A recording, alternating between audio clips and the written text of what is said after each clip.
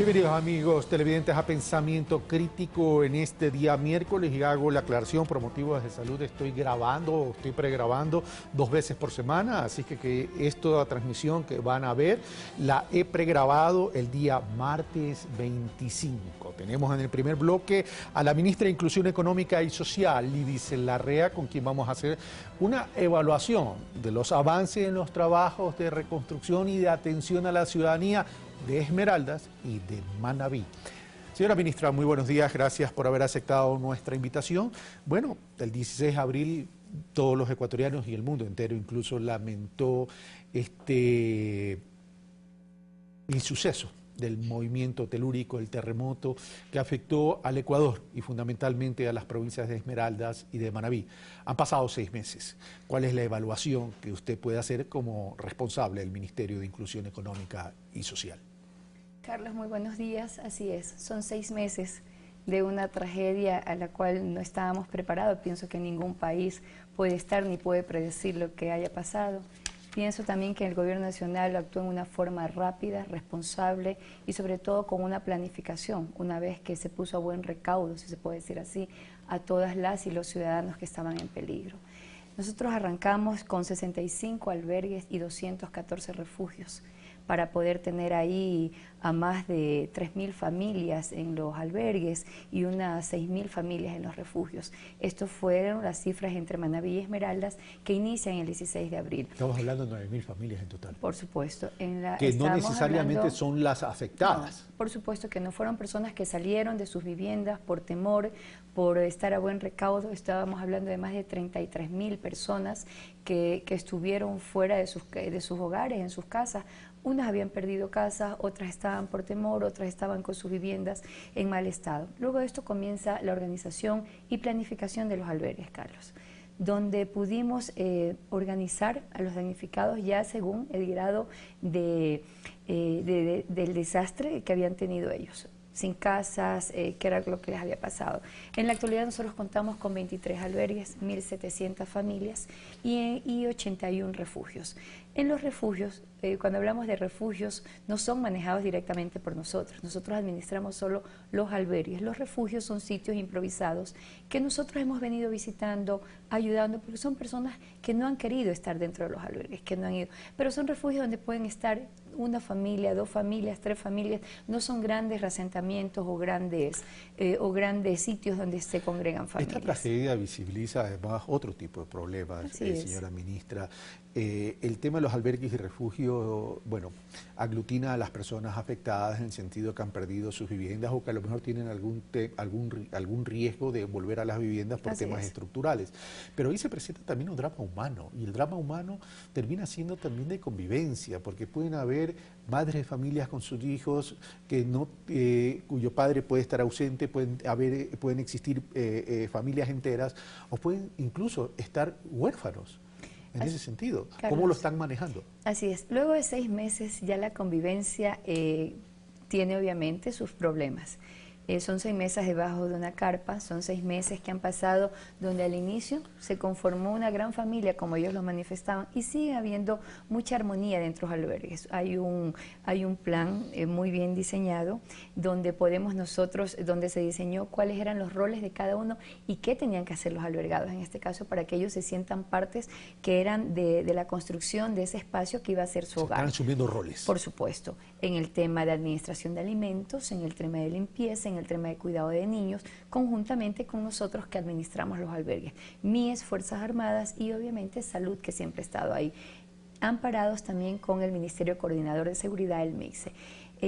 Ellos son parte de estos roles, sobre todo para que ellos sientan que no solamente están ahí por un momento, o sea, ellos tienen que reactivarse, tienen que seguir con sus actividades. Las personas salen a trabajar, retornan, tienen sus roles. Si trabajan en la semana, ellos pueden ayudar el fin de semana. Si trabajan el fin de semana, lo hacen al contrario. Entonces, para nosotros eso es vital, porque no tenemos gente que está solamente esperando a que les sirvan alimentos o que se los atienda. O sea, en medio de este drama ellos tienen que continuar con su vida. Por supuesto. Es decir, normalizar su rutina. Así es. Nosotros hemos hecho capacitaciones a través del SECAP, a través del IEPS, capacitando en el tema de manualidades, en el tema de para que ellos sean parte de la reconstrucción de viviendas. Por ejemplo, a través del Instituto de Economía Popular y Solidaria se lograron hacer talleres para que ellos elaboren las puertas para las casas que se van a entregar para los damnificados. Para generar las oportunidades. Así Ahora, es. y a nivel de resiliencia, a nivel de la preparación anímica, psicológica, que de todas maneras estos temas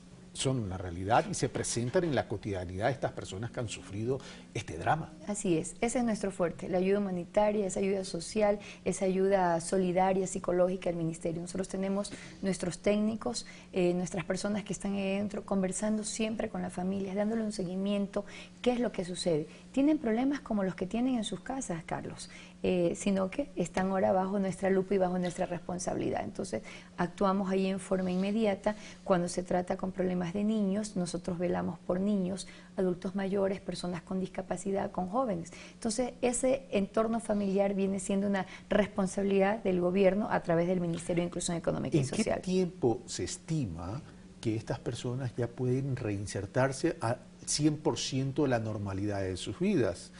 Considerando pues que los que están ahí seguramente es porque perdieron sus viviendas. Bueno, no todos los que están ahí perdieron viviendas. Muchos de ellos alquilaban viviendas, no eran de ellos propios. Pero perdieron el techo, ya vemos así. Perdieron el techo, así es. Mire, nosotros hablábamos a un inicio de tener más de 30.000 personas en todo, entre albergues y refugios. Pero, por ejemplo, el RUD, que fue el Registro Único de Damnificados, se conformó con más de 65.000 personas que llegaron a dar una información, pero no todos requerían un incentivo del Estado, o una vivienda, o un bono. No, fueron personas que fueron a decir yo soy damnificada y se creó un gran registro. De estas personas, ¿qué es lo que nosotros hemos hecho? Ir depurando esa lista, ir viendo, ir hablando con cada uno de ellos. Quienes perdieron su vivienda, por supuesto que están dentro de los albergues, están en refugios, pero hay personas que ya tenían que volver a sus viviendas, que estaban con un sello verde, si se puede decir así, como lo denominó otra institución, pero que por temor estaban bajo nuestra tutela. Entonces, se hace ahí un trabajo de reinserción, si se puede decir, a la sociedad, a sus actividades, logrando que los chicos vuelvan a las escuelas, que ellos tengan oportunidades de trabajo, viabilizando, si se puede decir, trámites con otras instituciones. Ese es el trabajo que nosotros hemos venido haciendo. Pero para que a la pregunta mía, ¿en qué tiempo se estima? Estoy hablando de las personas Sí. de los albergues y de los refugios puedan volver a tener un techo. Nosotros tenemos una planificación hasta finales de año, diciembre, donde tendríamos el cierre de algunos albergues y hasta marzo o abril del próximo año la mayor cantidad de personas saldrían. Hay una planificación quincenal de la entrega de viviendas y nosotros trabajamos con ellos. Se prepara a las personas o de lo contrario hay personas que han decidido salir a alquilar. Nosotros tenemos nuestros bonos de alquiler.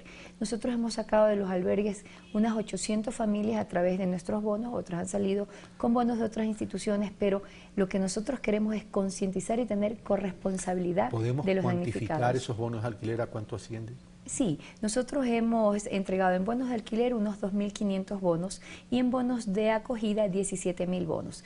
En total hemos atendido unos 20.000 núcleos familiares, el de acogida y el bono de alquiler. Y aparte de esto, Carlos, nosotros hicimos una ayuda al sector rural, a la zona rural que no estaba solicitando ni una vivienda, ni una ayuda, sino que se les llegó con una ayuda para alimentación. Son personas que están dentro de sus terrenos, con sus casas que tienen ciertas, obviamente sufrieron ciertos desperfectos, pero que siguen viviendo ahí. Entonces se llegó con un bono de alimentación durante 3 meses, $100 mensuales, se atendió a 20.000 núcleos familiares, aparte de los bonos que nosotros El veníamos acompañamiento dando. psicológico Y a familiar, estas familias y la atención a las familias, me refiero al ser humano, va a ir más allá de cuando ya se retiren los albergues y las personas se reinserten a una vivienda. Bueno, nosotros tenemos nuestros técnicos, ese es nuestro trabajo. O sea, va a ir más allá Por de esas supuesto, fechas. tenemos que seguir con el trabajo. Las coberturas que el MIES tiene como ministerio llegan muchísimo a los hogares a través de nuestros programas con niños, que son obviamente nuestros programas CNH, CIBB y también con adultos mayores, donde nosotros llegamos a hogares. Muchos de esos beneficiarios han sido damnificados. Entonces nosotros mantenemos un vínculo con ellos, un vínculo que ya se venía desarrollando, que lo mantenemos en los albergues y que continuará, no solamente con ellos, también con muchas personas que necesitan de esa ayuda. ¿Cuáles han sido los principales problemas que se han presentado en los albergues y en los refugios? Bueno, problemas de convivencia, siempre es. Sí, son problemas de convivencia, pero las personas que han estado ahí han entendido que tienen que obviamente poner de su parte para poder tener una buena armonía. dentro de los albergues. Siempre tratamos de entender que ellos, darles a entender que ellos habían perdido un techo, como usted lo mencionaba, pero que teníamos otras personas que habían perdido familiares, claro, que teníamos niños huérfanos, que teníamos madres que habían perdido a sus hijos. ¿Cuántos niños huérfanos hay? Nosotros tenemos un dato de 108 niños. 108 niños huérfanos, pero no sin referentes familiares. No, eso te iba a explicar. No sin referentes familiares. Todos los niños tienen un referente familiar. Hay casos en que perdieron a sus padres, otros que perdieron a sus madres. Tenemos unos casos que me parece que son muy pocos donde pierden padre y madre, pero todos los niños están viviendo con sus abuelos, con sus tíos o con el padre que quedó vivo o con la madre que quedó vivo. No hemos tenido que hacer algún trámite, si se puede decir, administrativo para un traspaso de estos niños a una casa de acogida, algún trámite judicial para darlo en adopción en ningún momento. Ellos tienen un referente familiar y nosotros estamos trabajando directamente con ellos, dándole ese acompañamiento a las familias, a esas abuelas que son adultos mayores que eran beneficiarias ya, usuarias de nuestros servicios y donde vuelven a ser ellos padres y madres. Entonces trabajamos directamente con ellos. Este lamentable drama se ha presentado fundamentalmente en dos provincias, Esmeraldas y Manabí. Si bien el impacto de Manabí es fuerte, no deja de ser también importante Esmeraldas por el drama de la pobreza que hay en Esmeraldas. Por supuesto, así es. En ese sentido, Esmeraldas, ¿qué es lo que han podido encontrar como líneas sensibles y que es urgente trabajar? Mira, Carlos, usted lo acaba de decir, se evidenciaron cosas que no habíamos podido ver y que el terremoto lo puso, como quien dice, en bandeja. El tema de Esmeraldas es un tema totalmente diferente al tema de Manabí. En Manabí tuvimos víctimas, tuvimos diferentes poblaciones devastadas, se perdió todo. En Esmeraldas fue muy localizado las pérdidas materiales que hubieron. Gracias a Dios no hubieron pérdidas humanas, pero causó un caos en la ciudadanía, temor, porque ellos vivían en edificaciones que si bien no eran las adecuadas, estaban en zonas que ahora sí se declararon totalmente inseguras, ellos tienen que salir, entonces pierden su vivienda, pierden también el lugar donde ellos han podido vivir, crecer, donde pero hay un plan de reubicación. Por supuesto, como es el caso de Muisne, donde hemos reubicado. Hay un programa, una planificación de entregar más de 800 viviendas y nosotros hemos entregado bonos, nosotros hemos entregado créditos de desarrollo humano para reactivación económica en estas zonas, lo hacemos tanto en Manabí como en Esmeraldas, pero con ellos se ha hecho un trabajo más directo en los albergues. Ellos tuvieron que salir, no ha habido la oportunidad de entregar bonos de acogida o de alquiler porque no hay una oferta. Tienes un Muisne devastado, tienes Chamanga que está devastado, tienes Mompiche que quedó obviamente... Eso es comenzar de cero. Es comenzar casi de cero. Entonces, este tipo de reactivación ya corresponde a otras instancias. Nosotros les damos el soporte, se puede decir, psicológico, familiar, de acompañamiento dentro de los albergues y planificando qué es lo que sucederá con estas familias al momento de salir. Pero la ayuda con ellos es psicológica. ¿Por qué? Porque ellos los han sacado de donde ellos vivían, no solo de su casa.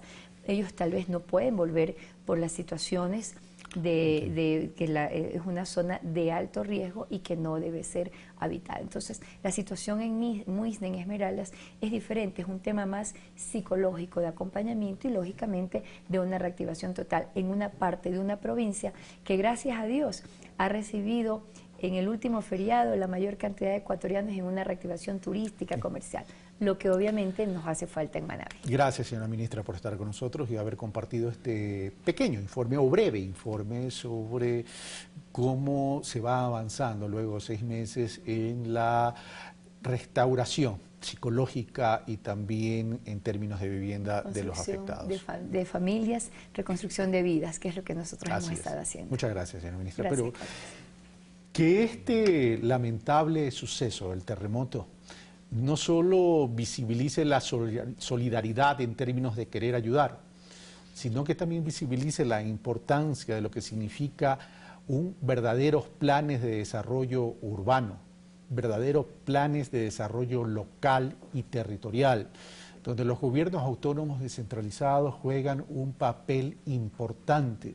Si bien es cierto, es difícil estar preparados frente a un terremoto de tal magnitud, si tuviéramos ciudades realmente con planes de desarrollo locales, fuera mucho más, no digo fácil, pero mucho más en términos de rapidez, poder poner en ejecución planes de contingencia. Y eso es lo que nos ha hecho falta en el Ecuador. Cuando uno ve los indicadores de las construcciones inadecuadas en el país, que van más allá del 67%, entonces estamos reflejando la irresponsabilidad con que hemos tratado el desarrollo nacional. Y por cierto, ahora que se nos acercan las campañas electorales, el famoso calendario electoral para febrero, basta hablar de indicadores macroeconómicos cuando es hora de hablar de indicadores de desarrollo humano. No podemos concebir la economía sin un fin social. Breve pausa y regresamos. Esto es Pensamiento Crítico. Gracias.